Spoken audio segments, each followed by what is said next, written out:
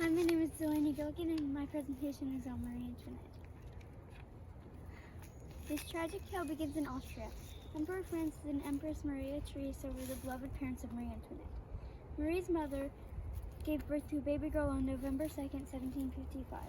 The baby was given the name Maria Antonia. She had a teeming amount of 12 siblings. All of the archduchesses were called Maria. To avoid confusion, they were called by their second name.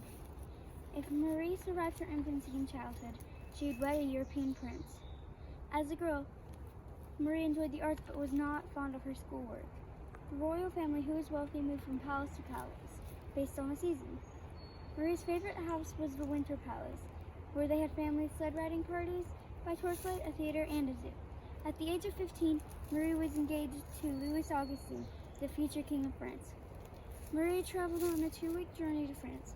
Her caravan stopped on the border of Austria and France, where she thoughtfully waved to the people who came to see their princess off to her new life.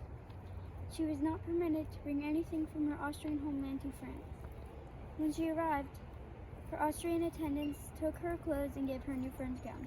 Louis, the future husband, was waiting with his grandfather, King Louis XV. In the years of 1770, Marie and Louis were married. Later in 1774, King Louis XV contracted a brutal case of smallpox and died. Soon after, Louis XVI and Marie were crowned King and Queen of France. The royal couple welcomed their first child in the year of 1778. Marie considered her life as queen boring and ignored her duties. She spent her time gambling and buying lavish items for the palace. She purchased 100 extravagant, exquisite, expensive gowns from a French designer. While she was carelessly spending money, the people of the French countryside were in poverty. In 1786, the country was not doing well. The king and queen's spending habits had left the country with little money.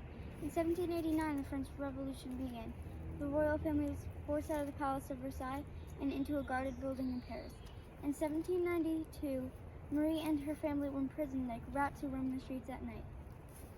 Not long after, Louis XVI was charged with treason and put to death on January 20th, 1793, by the guillotine. Soon after, Marie's 8-year-old son, Louis Charles, was taken from her. In October of 1793, Marie was questioned, found guilty, and sentenced to death.